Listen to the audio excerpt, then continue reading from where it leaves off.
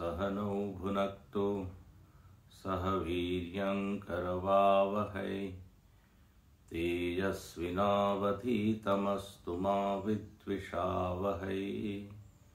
ओम शांति शांति शांति।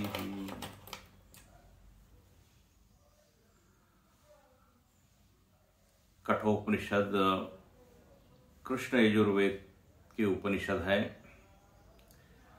और इसमें यमराज जी और नचिकेता का संवाद है। भाष्यकार ने और श्री आनंद गिरि जी महाराज ने सर्वप्रथम इन दोनों को प्रणाम किया है, क्योंकि वह प्रणाम करने योग्य है। प्रणाम उसी को किया जाता है जिसमें कुछ सद्गुण हो, जिसमें ज्ञान हो, जिसका व्यक्तित्व तेजस्वी हो,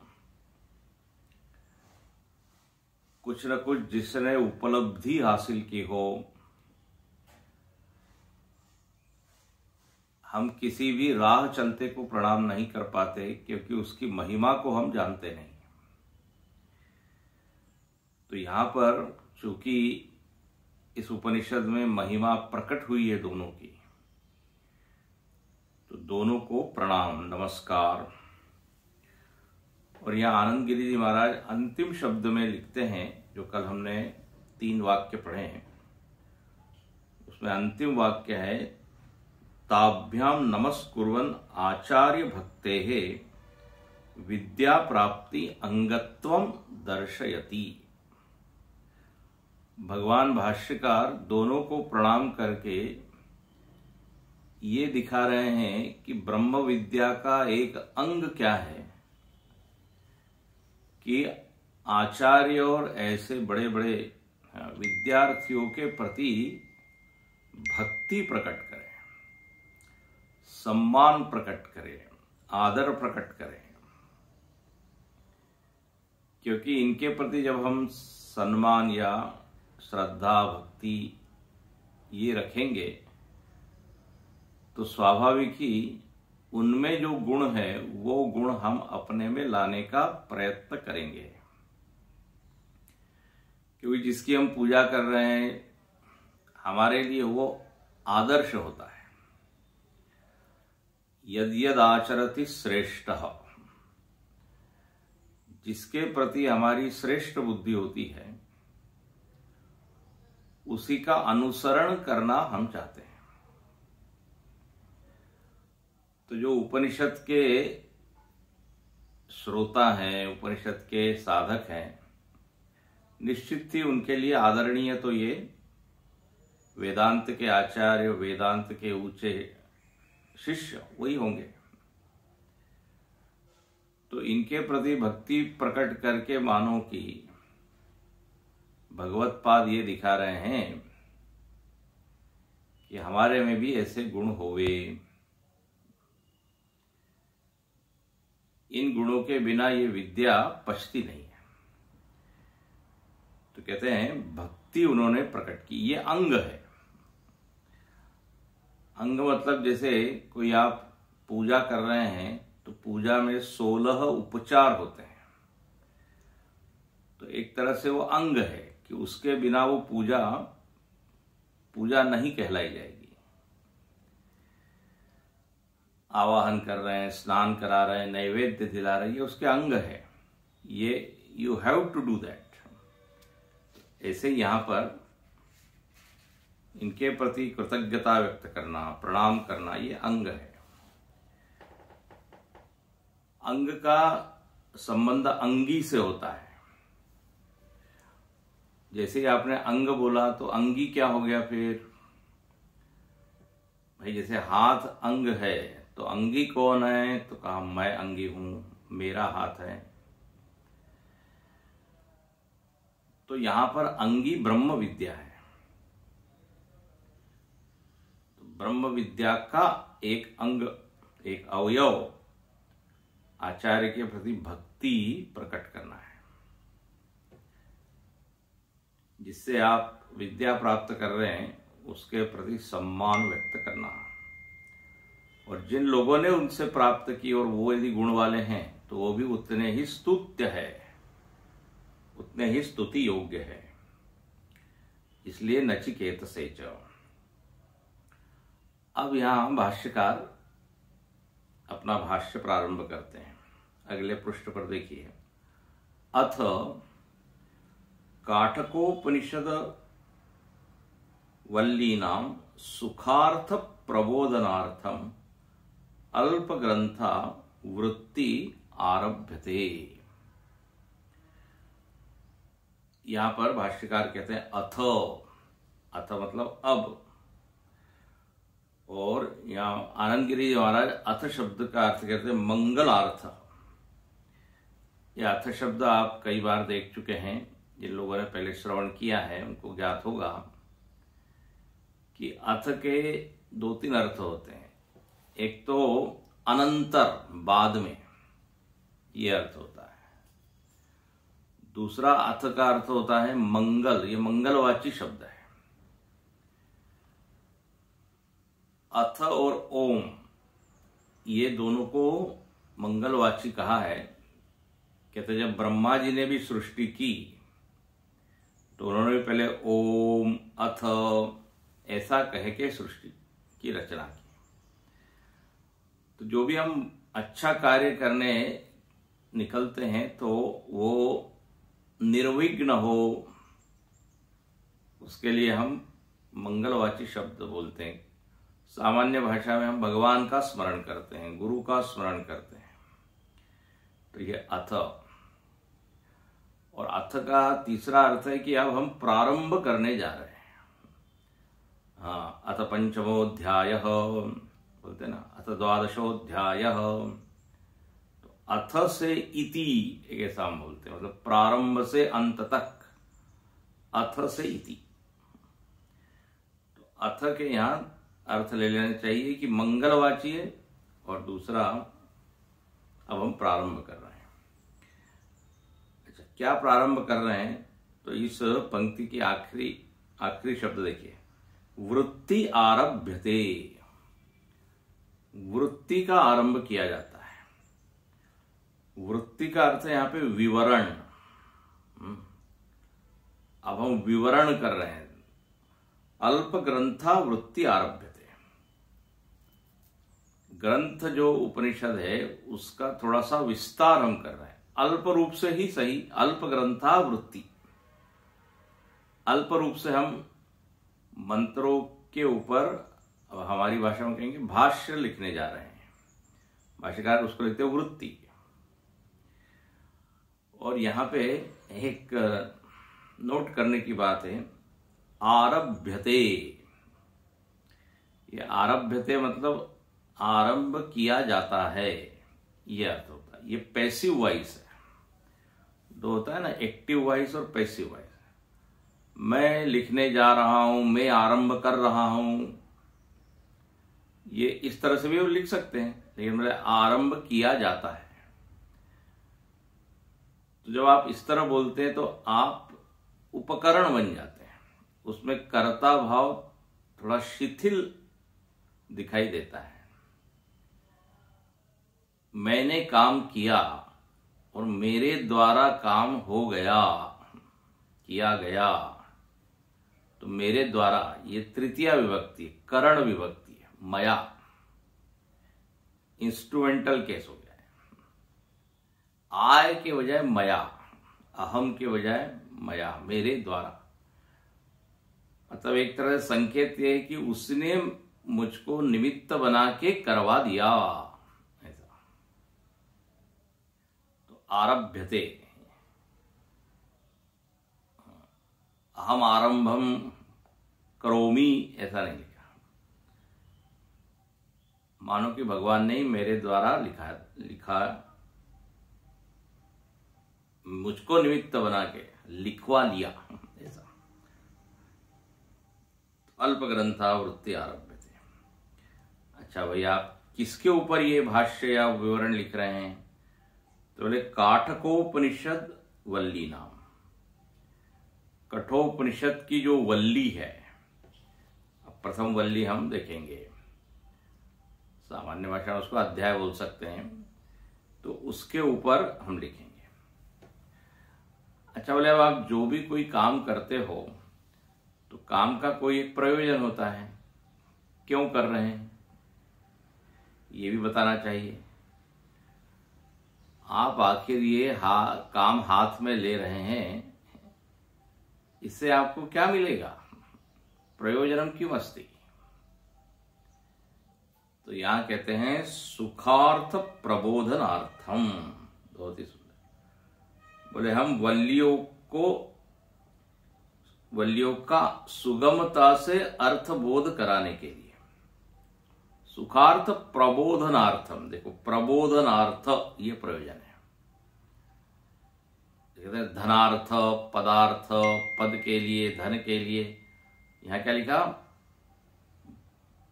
अर्थ, प्रबोधार्थ, प्रबोधनार्थ, ठीक ठीक ज्ञान हो जाए इसके लिए सुगमता से।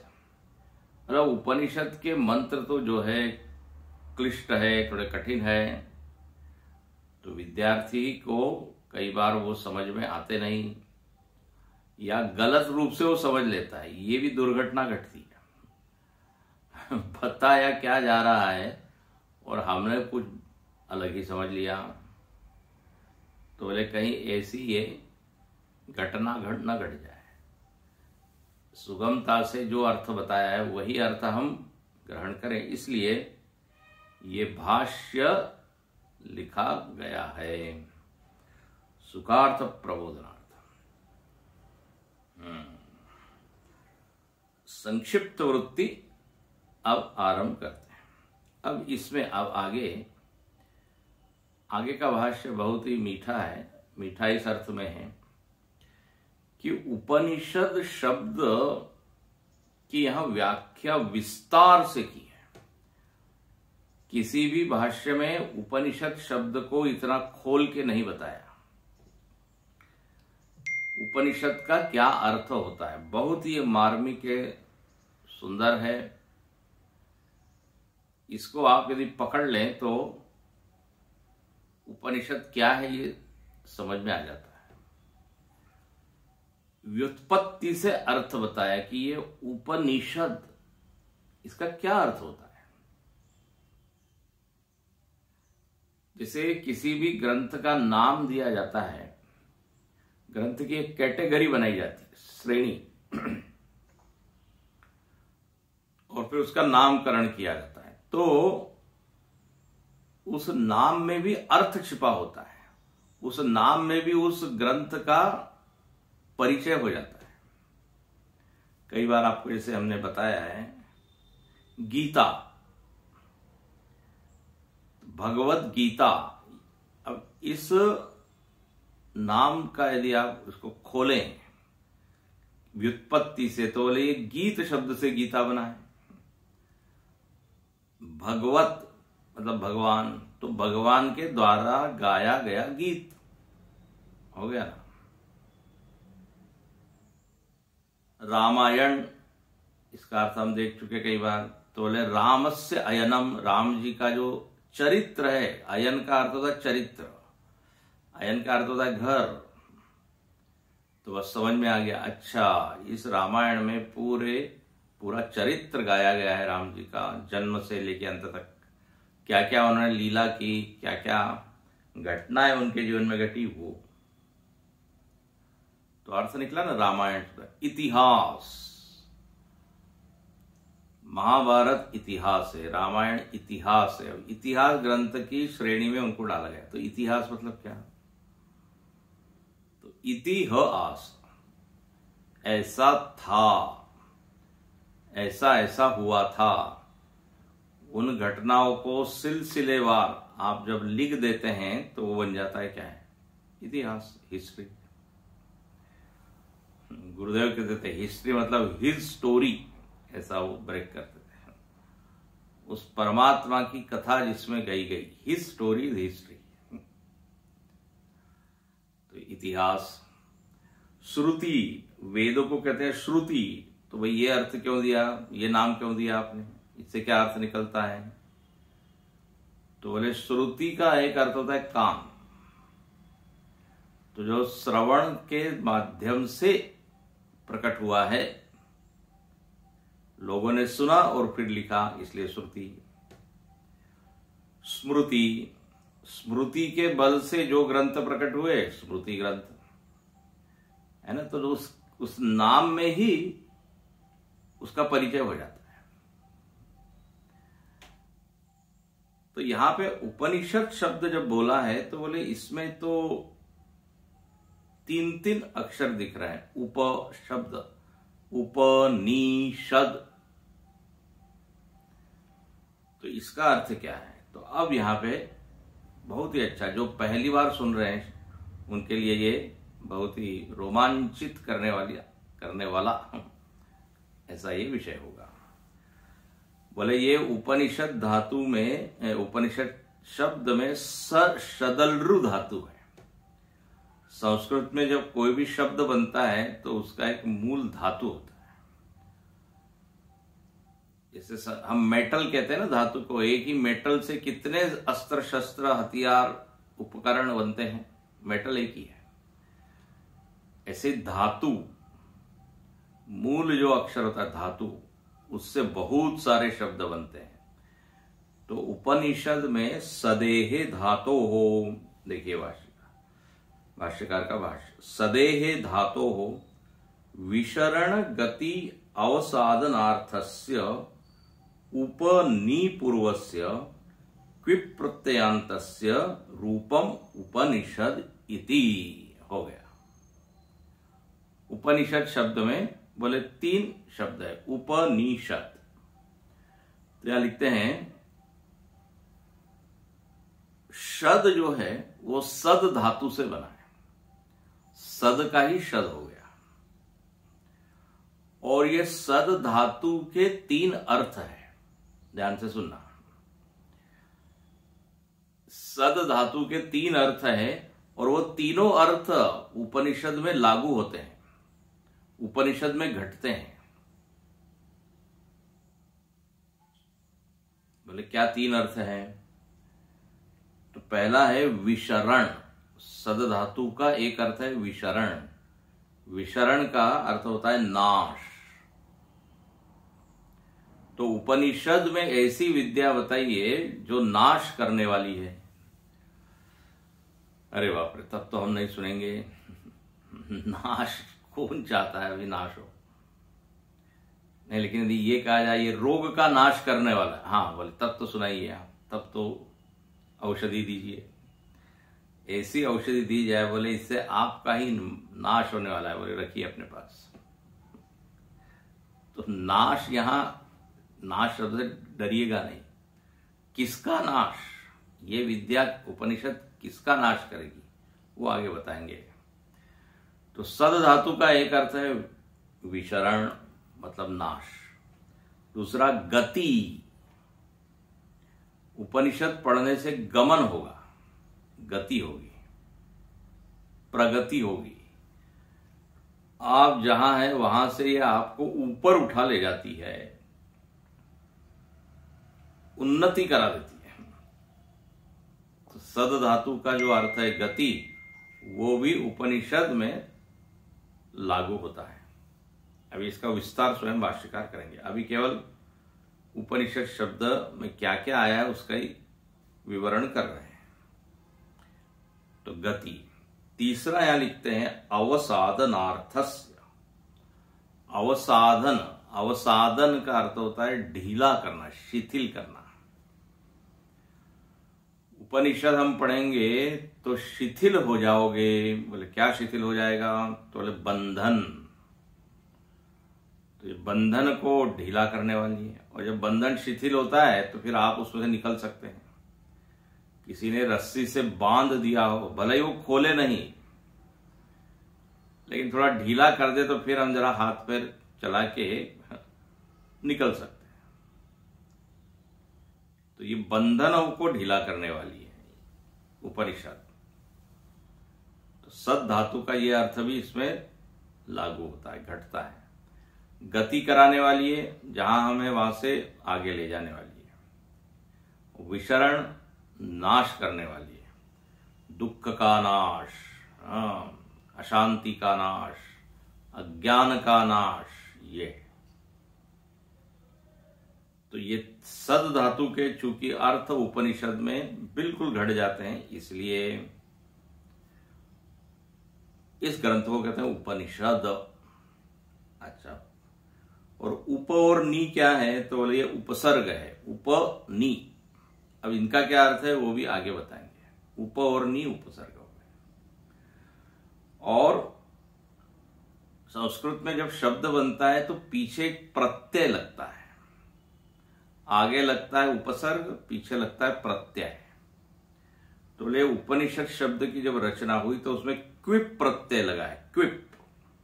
अब ये सब संस्कृत की बातें हैं, जो संस्कृत व्याकरण जानते हैं वो उनको समझ में आएगा। अभी केवल इतना समझिए कि क्विप प्रत्ययांतस्य रूपम उपनिषद, इसमें पीछे जो प्रत्यय है वो क्विप प्रत्यय। जैसे हम देख रहे हैं पठित्वा, गत्वा, तो इसमें त्वा प्रत्यय है। पठितुम, ये तुमुन प्रत्यय है। और आगे उपसर्ग लगते हैं। प्रशांति तो प्र उपसर्ग हो गया, उपासना तो उपसर्ग हो गया, जो आगे लगता है।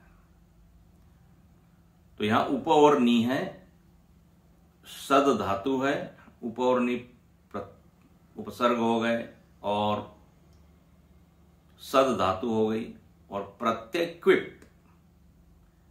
तो इनसे ये उपनिषद शब्द गढ़ा गया।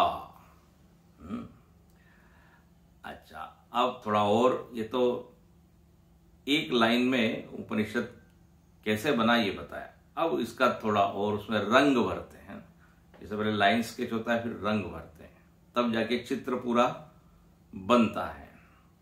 तो अब कहते हैं ये उपनिषद क्या है?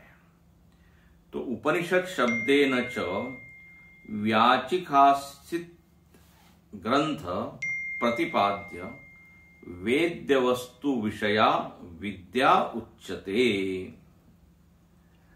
बोले ये जो उपनिषद है ना, उपनिषद वास्तव में विद्या का नाम है। विद्या उच्यते। और इस विद्या में ये दम है, ये बल है कि जो आगे अभी तीन चीजें बताई वो ये विद्या कर देती है। विशरण, गति और अवसादन, ये विद्या करती है। तो उपनिषद में विद्या है, उपनिषद यानी विद्या है। अच्छा, विद्या है तो विद्या का कोई विषय होना चाहिए। तो यहां लिखते हैं वेद्य वस्तु विषया, प्रतिपाद्य वेद्य वस्तु विषया। ये वेद्य वस्तु विषयक विद्या है। वेद्य वस्तु विषयक मतलब वेद्य मतलब जानने योग्य। जानने योग्य जो विषय है उसके बारे में जो ज्ञान दिया गया है वही विद्या है। वही इस उपनिषद का प्रतिपाद्य है। प्रतिपाद्य शब्द आपने सुना होगा। प्रतिपाद्य मतलब जिसका प्रतिपादन किया जाता है, जिसके बारे में लिखा जाता है, जिसका निरूपण किया जाता है। लोग बोलते हैं इस ग्रंथ का प्रतिपाद्य क्या है, मतलब इस ग्रंथ में क्या बताया है, विषय क्या है, किसके बारे में इस ग्रंथ में विचार हुआ है, तो प्रतिपाद्य उसको कहते हैं। बोले एक ऐसी वस्तु है जो जानने योग्य है। अब वो क्या वस्तु है? तो वो ब्रह्म वस्तु है, आत्म वस्तु है। तो उसी का प्रतिपादन यहां पे किया गया है और उसी को विद्या कहते हैं, ब्रह्म विद्या कहते हैं। ब्रह्म विषयक विद्या। तो प्रतिपाद्य क्या है? ब्रह्म। और उससे संबंधित जो ज्ञान है उसको क्या बोलेंगे? विद्या। और यहां भाष्यकार ने एक शब्द लिखा है, बोले व्याचिख्यासी व्याचिख्यासित ग्रंथ। व्याचिख्यासित मतलब व्याख्या करने की इच्छा है, ये शब्द व्याचिख्यासित। जिस ग्रंथ की व्याख्या करने हम जा रहे हैं वो ग्रंथ क्या है? तो बोले उपनिषद। तो जिसको आप उपनिषद कह रहे हैं उसमें एक वेद्य वस्तु है, जानने योग्य वस्तु है, और उस वस्तु का प्रतिपादन इसमें हुआ है। अब कोई पूछेगा उपनिषद का प्रतिपाद्य क्या है? तो बोलिए ब्रह्म तत्व। और ये क्या है उपनिषद? तो बोले उसमें उसको प्राप्त करने की विद्या बताइए। विद्या है ये, विद्या इति उच्यते। देखो यहां विद्या का अर्थ क्या है, थोड़ा और इसको अच्छे से बताएं। तो विद्या का अर्थ होता है एक तरह से ज्ञान बोलते हैं ना, ज्ञान। और ज्ञान का अर्थ क्या होता है? समझ। ज्ञान का अर्थ क्या है? समझ, प्रमा, इसी को कहते हैं प्रमा।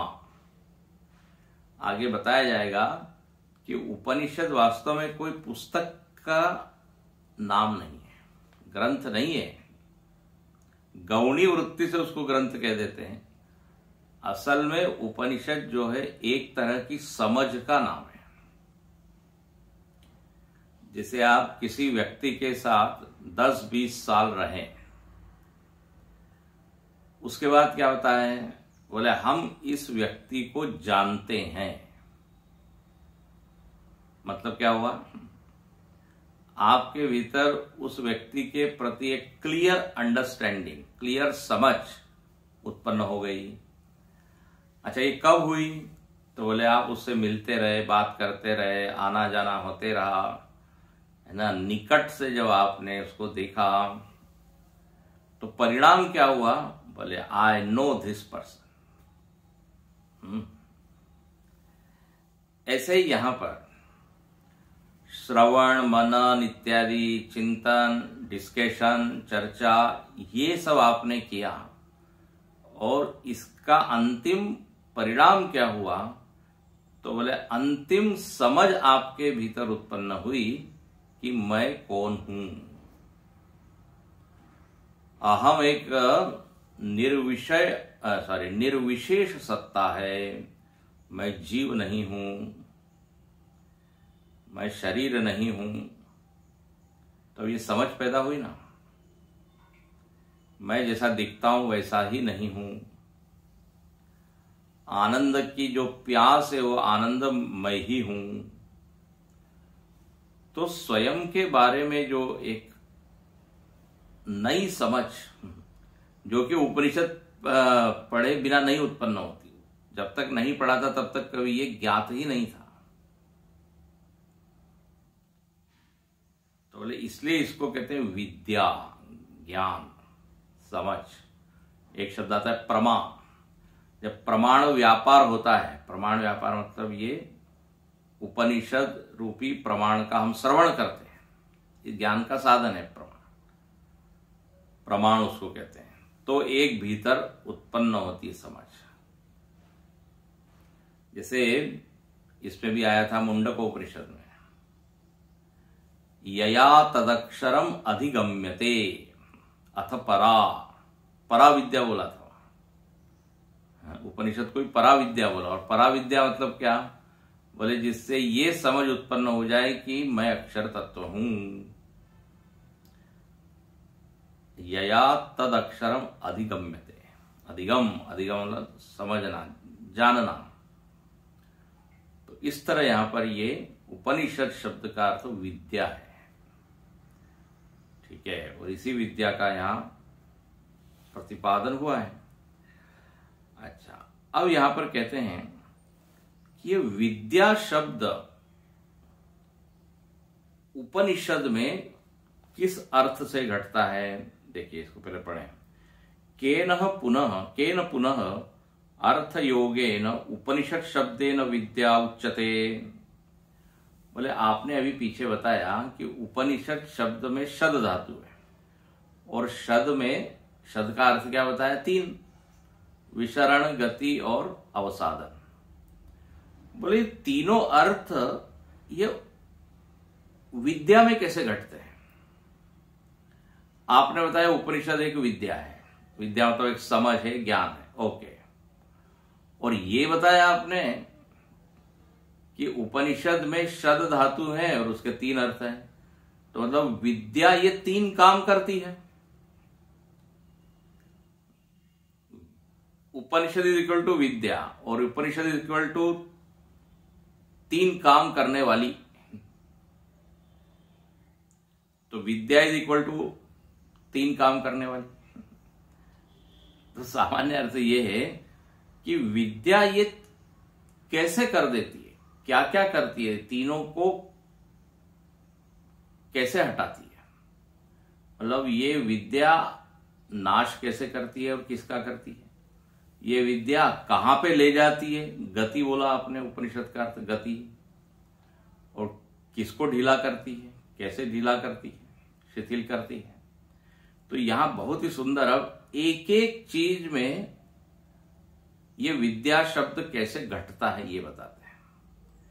पहला अर्थ बताते हैं कि विशरण, ये विद्या क्या करती है, आत्मविद्या ब्रह्म विद्या बोले नाश कर देती है।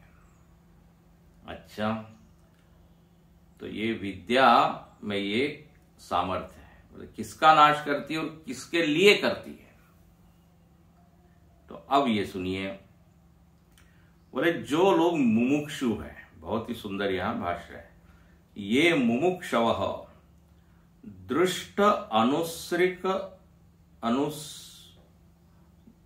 अनुश्रविक विषय वितृष्णा संत उपनिषद शब्दवाच्याम वक्षमाण लक्षणाम। यहां पर लिखते हैं कि जो लोग मुमुक्षु हैं, सबसे पहली यहां बात सुनने की ये है कि ये जो नाश का काम करने वाली है ना विद्या, उसके लिए एक अधिकार चाहिए, उसी के अंतःकरण में नाश होगा। क्या नाश होगा वो बताएंगे आगे। बोले कौन है वो अधिकारी, तो बोले जो मुमुक्षु है। मुमुक्षुओं के हृदय में ये विद्या काम करेगी, ध्यान से सुनिए। अच्छा, बोले मुमुक्षु कौन है भाई, ये नया शब्द आप लेके आए हैं, मुमुक्षव। तो यहां लिखते हैं दृष्ट अनुश्रविक विषय वितृष्णा, इतना दिया है। मुमुक्षु उसको कहते हैं जिसके मन में वितृष्णा, वितृष्णा मतलब कोई रुचि नहीं रही, कोई रस बुद्धि नहीं रही जिसके मन में, किसके बारे में, बोले दृष्ट। दृष्ट मतलब जो भी कुछ दिख रहा है, जो भी ये जगत भासमान है, प्रतीयमान है, अनुभूयमान है, इसमें अनंत प्रकार की वस्तुएं हैं, जो भी दृश्य पदार्थ हैं उसके प्रति उसके मन में कोई अब आसक्ति, रस, तृष्णा रही नहीं। बोले हमने देख लिया बहुत, इससे समाधान होने वाला नहीं है। जो हम चीज चाहते हैं वो तो इससे मिलती ही नहीं है। ये केवल झूठे वादे करता है ये जगत, हमारे पास आओ, हमारे पास आओ। कहते हैं ना, ऊंची दुकान फीके पकवान, या कहते हैं दूर के ढोल सुहावने। दूर से ढोल बड़ा अच्छा लगता है, पास में जाने पे कर्कश हो जाता है। तो ये जितना आकर्षक, मोहक और जितना आनंद देने वाला लगता है उतना है नहीं। तो उसने इसका बढ़िया से परीक्षण कर लिया है और इसलिए वितृष्णा, वीतराग है ना, कहते वीतराग, उसको क्या है, वैराग्य हो गया है। अब वो उसके पीछे नहीं भाग रहा है, अब उसने भागने की जो दिशा है ना वो चेंज कर दिया, बाहर के बजाय अंदर भाग रहा है। आपको किस्सा सुनाया होगा कभी, बोले एक जगह प्रवचन चल रहा था, एक महात्मा जी प्रवचन कर रहे थे और अनेक विद्यार्थी वहां बैठे हुए थे। अचानक भूकंप आया, धरती कांपने लगी, सब लोग घबरा गए, सारे विद्यार्थी भागे, कक्ष छोड़ के भागे बाहर, दरवाजे से बाहर भागने लगे सब। भूकंप का झटका 2 मिनट रहता है, 3 मिनट, ऐसा थोड़ी देर के लिए रहता है। तो जब वो शांत हो गया, फिर वापस सारे विद्यार्थी लोग आके बैठ गए। विद्यार्थी लोगों ने देखा कि हमारे गुरुजी तो वहीं बैठे रहे, तो उठे ही नहीं। तो सब लोगों ने पूछा, आप उठे नहीं, आप भागे नहीं बाहर, आप बैठे कैसे रहे? तो गुरुजी ने बड़ा अच्छा उत्तर दिया, बोले आप लोग भागे, मैं भी भागा, केवल बस दिशा उल्टी थी। आप लोग बाहर भागे, मैं अंदर भागा। मैं ऐसे जगह पहुंचा जहां भूकंप कुछ नहीं कर सकता, सबसे सुरक्षित जगह, आत्मवस्तु। तो बड़ा अच्छा संकेत है, अंतर्मुखी हो गया, वहीं पे असली विश्रांति है, असली विश्राम है। तो अब ये जो मुमुक्षु है, इसने बड़े अच्छे से ये बात समझ ली है, इसलिए बोले हम भीड़ के साथ नहीं जाएंगे, हम अलग निकलेंगे। तो दृष्ट, देखी हुई चीजों में अब उसकी रुचि नहीं, विरागी हो गया। और अनुश्रविक, अनुश्रविक मतलब कई चीजें हमने देखी नहीं है लेकिन सुनी है, तो सुनी हुई चीजों के प्रति भी हमारी क्या है, आसक्ति है, रस है। बोले अब वहां जाएंगे, अभी तक वो जगह देखी नहीं है। बोले उस होटल का नाम तो बड़ा सुना है, अनुश्रविक। अब अगले संडे का प्रोग्राम है। तो अब ये क्या हुआ, प्रत्यक्ष तो नहीं है, वो चीज परोक्ष है। उस परोक्ष के प्रति भी क्या मन में एक रस बुद्धि, तो बोले वो भी जिसमें नहीं है। यह स्वर्ग भोगेशु इच्छा राहित्यम, ऐसा अन्य जगह शंकराचार्य लिखते हैं। इस लोक और स्वर्ग आदि के लोग जो अभी हमने देखे नहीं है, भोगे नहीं है, लेकिन सुना है, उसके प्रति भी वितृष्णा। बोले बहुत हो गया, ये हमको नहीं देखा। तो ऐसे मुमुक्षु लोग क्या करते हैं, उपनिषद शब्द वाच्याम वक्षमाण लक्षणाम विद्याम उपसद्य उपगम्य। बहुत ही सुंदर। अब उपनिषद में उप शब्द है ना, तो उप की यहां व्याख्या करते हैं। बोले ऐसे विरागी लोग जाते हैं, निकट जाते हैं। उप का अर्थ होता है निकट। बोले किसके निकट जाते हैं, तो ये विद्या के निकट जाते हैं। विद्याम उपसद्य उपगम्य, विद्या के निकट जाते हैं। कौन सी विद्या, जो अभी बताई जाएगी, वक्षमाण लक्षणाम, आगे बताई जाएगी, जो उपनिषद में बताई जाएगी। तो इस विद्या के निकट जाने के कारण उपनिषद में उप शब्द आया है। अच्छा, विद्या तो ऐसी कोई चीज नहीं है ना, विद्या तो किसी व्यक्ति के पास होगी, तो इसलिए उप का अर्थ कई बार कर लिया जाता है गुरु के निकट। गुरु के माध्यम से वो विद्या प्रकट होती है। तो विद्या के निकट जाना मतलब जो विद्या वाला है, विद्या का स्वामी है, जिसके पास वो विद्या है, ऐसे संत, आचार्य, गुरु के पास हो जाता है। कौन, बुभुक्षु। सब लोग नहीं जाते, बुभुक्षु नहीं जाते, वो भोग के पास जाते हैं। तो उपगम्य, तो उप होगा, उप शब्द का अर्थ हो गया। अब नी का अर्थ बताते हैं, तन्निष्ठतया निश्चयेन शीलयन्ती। बोले ऐसे मुमुक्षु लोग उस विद्या के प्रति निष्ठा रखते हैं। निष्ठा का अर्थ है उनके भीतर ये वृत्ति या ये भाव बन गया कि यदि कल्याण होने वाला है तो इसी विद्या से। अब वो वहां से हिलते नहीं है। निष्ठा का अर्थ होता है स्थिति।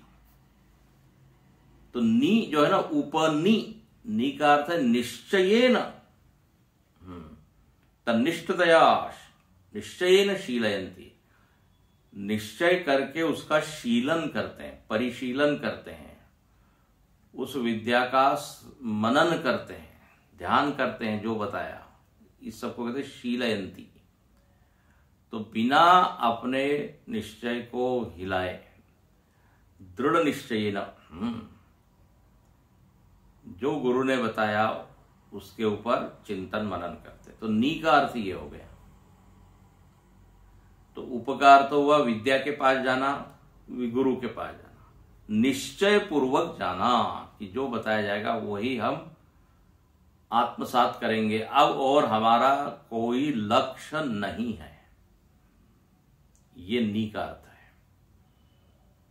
अच्छा, अब ऐसे जो निश्चय वाले मुमुक्षु है उनके लिए ये विद्या क्या करती है, तो बोले विशरण कर देती है, नाश कर देती है। किसका नाश करती है? तो अब आया देखिए, तेषाम, तेषाम मतलब ये मुमुक्षुणाम, जिज्ञासुनाम, शिष्याणाम अविद्यादेहे संसार बीजस्य विशरणात् विशेषणात् विनाशनात् इति अनेन अर्थ योगेन विद्या उपनिषद उच्यते।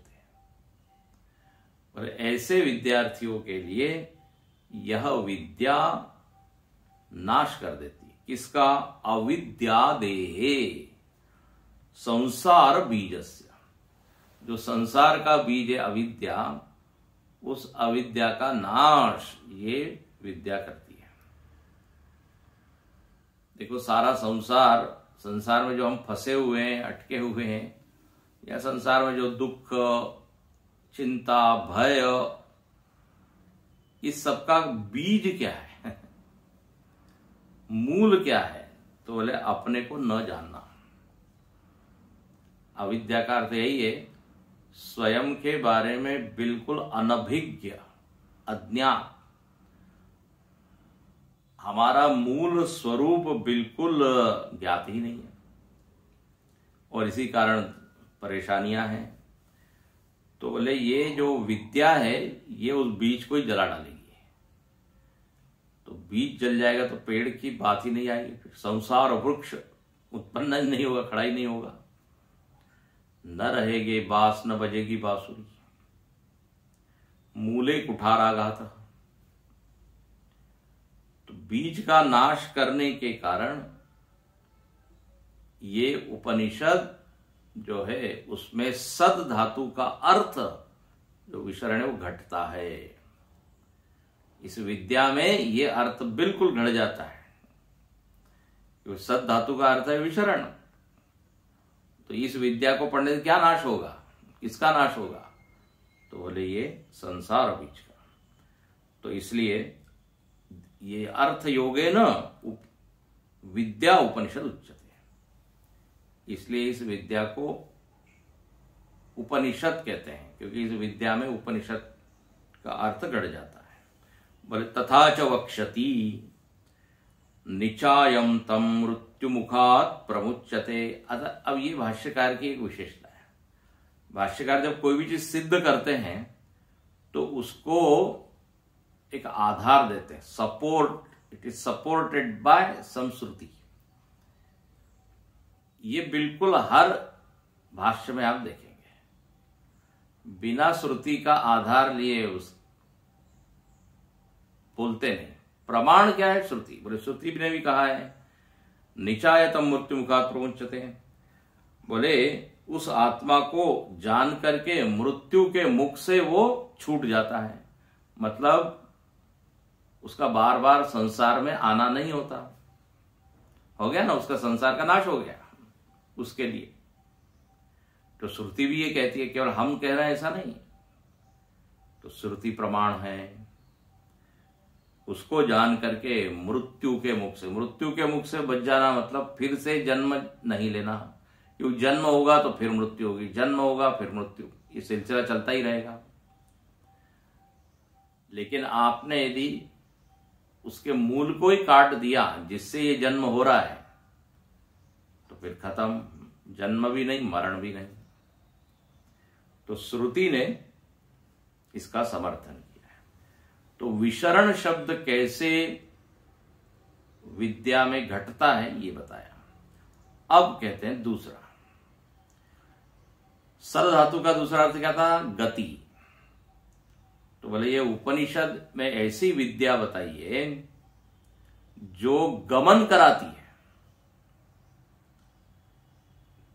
कैसे गमन कराती है, कहां ले जाती है? तो देखिए, पूर्वोक्त विशेषणान मुमुक्षुन्वा परम ब्रह्म गमयति इति ब्रह्म गमयुक्तत्वेन योगात ब्रह्म विद्या उपनिषद। भले ये विद्या परम ब्रह्म तक ले जाती है। किसको ले जाती है? पूर्वोक्त विशेषणात् मुमुक्षु, जो मुमुक्षु पहले बताया, हाँ, जिन विशेषणों से युक्त मुमुक्षु है।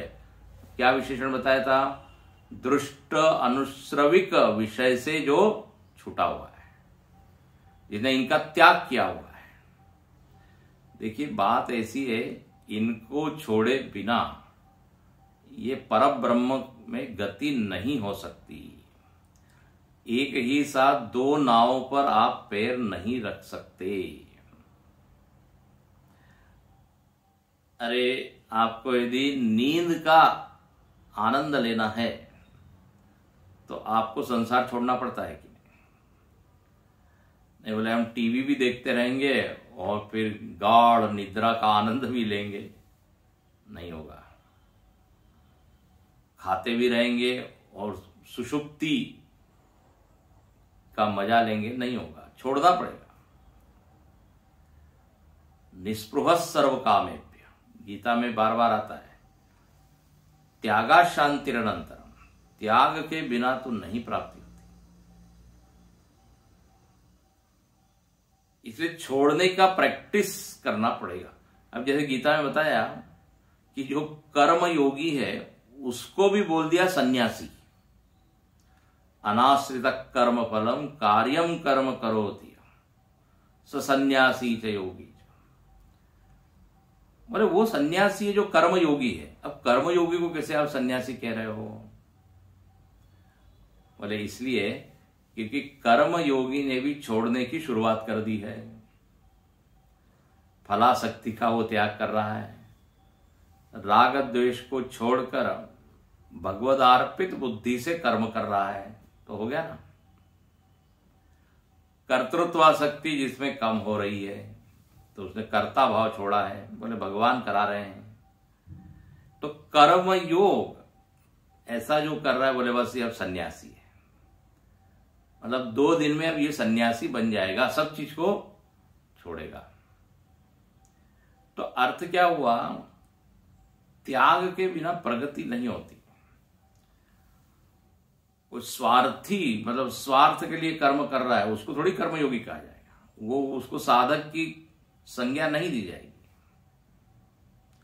साधक वही जिसने छोड़ने का प्रारंभ किया है।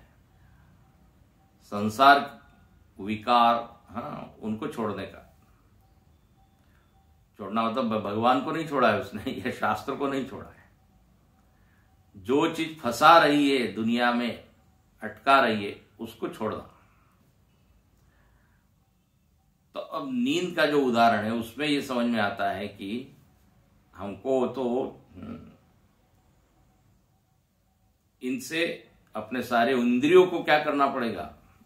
शांत कर देना पड़ेगा, तभी नींद का आनंद ले सकते हैं। ऐसे ही यहां पर लिखते हैं कि ये जो मुमुक्षु है वो जब इनका त्याग करता है तो परब्रह्म गमयति, ये विद्या कहां ले जाती है? परब्रह्म में ले जाती है। मतलब जीव भाव से उठा के हमको ब्रह्म भाव में स्थापित कर देगा। ले जाती है मतलब जैसे भारत से अमेरिका ले जाती है, ये भाव नहीं है। भारत से इंग्लैंड ले जाती है। गमयति, गति, गति मतलब इस देश में कहीं गति नहीं होती। अंतरंग गति, जो भाव था वो भाव बदल जाता है। जिस भाव में आज हम बैठे हुए हैं, देह भाव, जीव भाव, अल्पता का, परिच्छिन्नता का भाव है, मैं इतना हूं, ऐसा हूं, बोले उसको वो ऊपर ले जाती है। परब्रह्म बोले आप निर्विशेष निराकार निर्गुण चैतन्य हो। ये अब देखिए गति हो गई कि नहीं। तो सद धातु का अर्थ इस विद्या में घट गया। इसलिए गमयितृत्वेन योगात् ब्रह्म विद्या उपनिषद, इसलिए ये उपनिषद को आप विद्या कह सकते हैं। उपनिषद में जो शद धातु है उसका अर्थ विद्या में घट जाता है। अच्छा, अब इसके लिए भी श्रुति का फिर उदाहरण दिया। देखो मैंने कहा ना, भाष्यकार बिना श्रुति का आधार लिए आगे नहीं बढ़ते। तथा च वक्षति, ऐसा ही कहा जाएगा।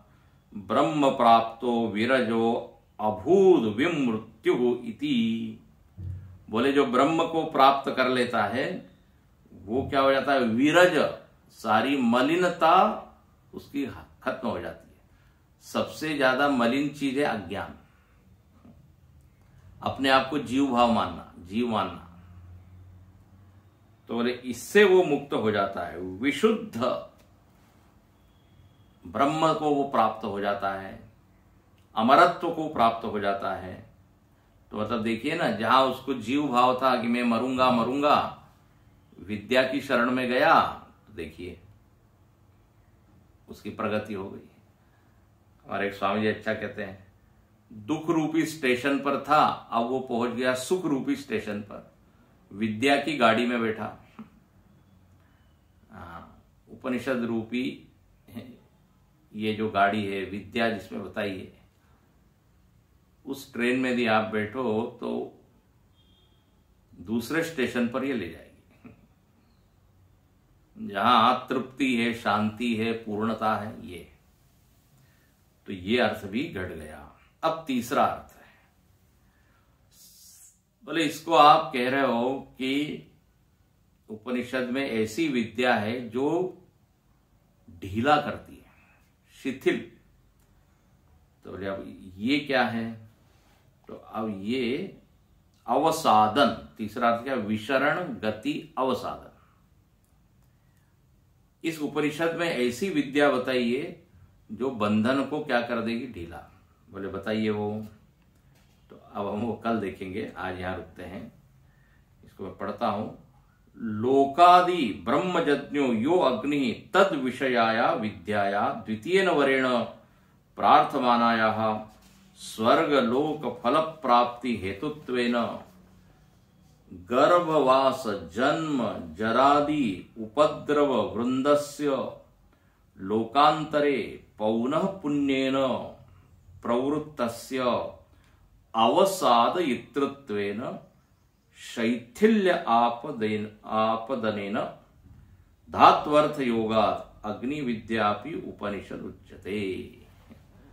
अब यहां पे क्या बताया है, अवसादयितृत्वेन शैथिल्य आपदन, ये जो है विद्या, इसमें अवसादन, ये जो अर्थ बताया ये भी घट जाता है।